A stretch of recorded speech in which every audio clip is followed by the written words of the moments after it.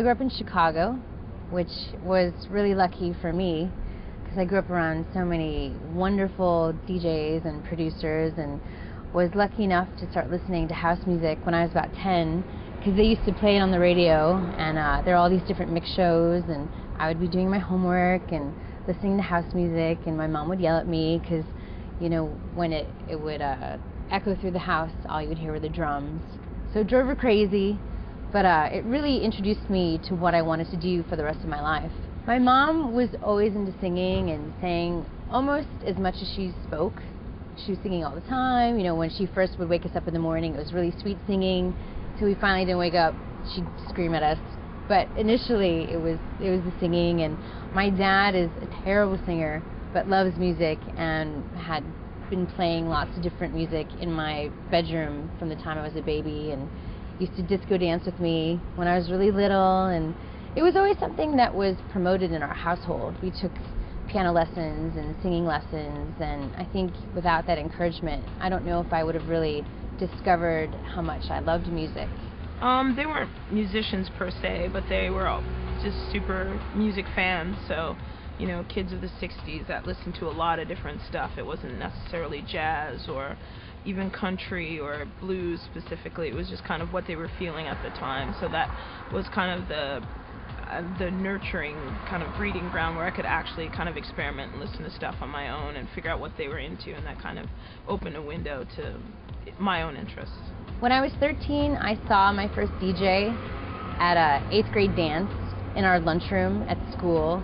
I don't know why they let him set up his turntables, but this 8th grader wanted to DJ at a little party for us, and so that was the first time I saw them, and I thought it was really cool. And when I was 14, I started going to this club called Medusa's, which was an all-ages club, and you know, just sort of fell in love with it after that. Went to a lot of loft parties in Chicago and started singing over DJs when I was 16.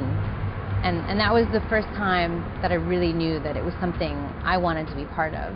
Introduction to culture was, again, through radio and a lot of growing up with the different sounds that was normal programming. But then in terms of my own experience, it was going to see DJs and then just really being inspired by what they were doing, but not necessarily focusing on a particular DJ, just kind of knowing them as they did parties or events and stuff like that. But then my own interest kind of was piqued when I was working in a restaurant, and I would play my own mix compilations, not necessarily mixed, but just material that I really liked to hear while I was working. And another guy that I knew also did the same thing, and he suggested I play records at a local bar, and that kind of came about that way. And the bar owner asked me back, and you know, Thursdays developed into Fridays and then Saturdays, and then as I got into it, just the art of DJing, and that's kind of where it went from there. The first time I ever matched two records, which now of course I don't remember, but I wrote it down, I have it in a book somewhere, was at these turntables that were left at my house from a party. I was about 18, and I just thought, you know, I would try to match some records, and I actually did, which is really amazing, because, you know, for the next year I was terrible. I was the worst DJ ever and wanted to quit because it was so hard, and it was a really great moment. The first show that I ever played out was Super Jane's first party, and Super Jane is DJ Heather, Lady D, and Dehoda, and myself. And I remember I didn't want to play. I didn't think I was ready. I'd been a promoter for a long time, and so I didn't want to put myself out there unless I was really going to be able to accomplish a good set. And Heather forced me to play, and I was really nervous, and I played first because I thought no one will be there. Of course, everyone was there. I mean, there's definitely a rock element when it goes into traveling and doing quote-unquote performances, but at the same time, I think there tends to be a lot of flexibility when it also comes to DJing, which is you don't necessarily have to go with the quote-unquote same set. You can do elements of the same, or maybe, but then you can also cater it to a particular venue, whether it's big or small. I think when you DJ and you're constantly looking for new music to play, it really makes you want to make music. I know there have been many times when I'm looking for new songs and I'm not really finding exactly what I'm looking for. So instead of complaining about it, why can't I find anything that's good, I go into the studio and I try to make something that I want to play. And yeah, because it's just an extension of what you're doing. It's kind of a way to just really make the process more intimate and make it really more your signature. By if you're playing your own records or you're hearing your records played by someone else in a really far country or something like that, where again it's that connectivity that comes into play.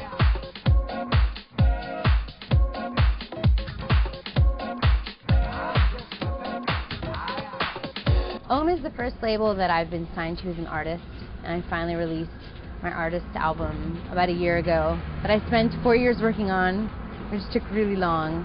But it was my first record, and I'd done a lot of singles, but I'd never done an album, and I was really wanting it to be, everything that I could think of on one record. And OM Records is such an amazing label. They've been putting out dance music for 10 plus years and have a really great roster, so it was exciting to be part of that. When it comes to underground house in particular, there's definitely this kind of, it's a huge subculture, so at the same time it's kind of like this another parallel universe that exists, but a lot of people who participate in it, whether it be filmmaker or DJs or music producers, label owners, club owners, etc., they can kind of, live this other life that other people don't really understand when they step into it or out of it. It becomes this really kind of like a serious stream in which when you come out of it, it's strange, but when you're back into it, it feels natural. So, but when it comes to the tribal element, there's a huge network of people. So even though, whether we're connected via the internet or through other DJs or making music, it's that immediacy that becomes that tribal connection. What the music does is it connects people from different cities, different countries, different cultures, and it's really exciting to travel to another country and not share a language and not know a language, but still communicate through music. And you need people to respond to what you're playing just as much as they need to feel what you're playing. It's a very much give and take scenario.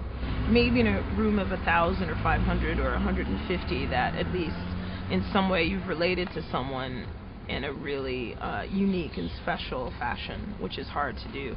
But it's overwhelming at times. I've had experiences which have been great where I'll show up at a club and there's people wearing t-shirts with my face on them that they've made on their own, or a friend of a friend who suggested, if you've heard of this person, come see her, and that kind of community feeling has been really great. And I've been fortunate to make a lot of friends and extended family in the course of touring for quite a while, where I feel really comfortable in different places and I feel I can reach out or not reach out. Just I know certain cities or certain places have their own special uniqueness, so I might go seek them out. I think that most people are very stressed in their lives, and it would be nice if we could all communicate on a much more relaxed level. And I think what is so great about dance music or any kind of music is it gives people a way to release their stress and really just connect with themselves.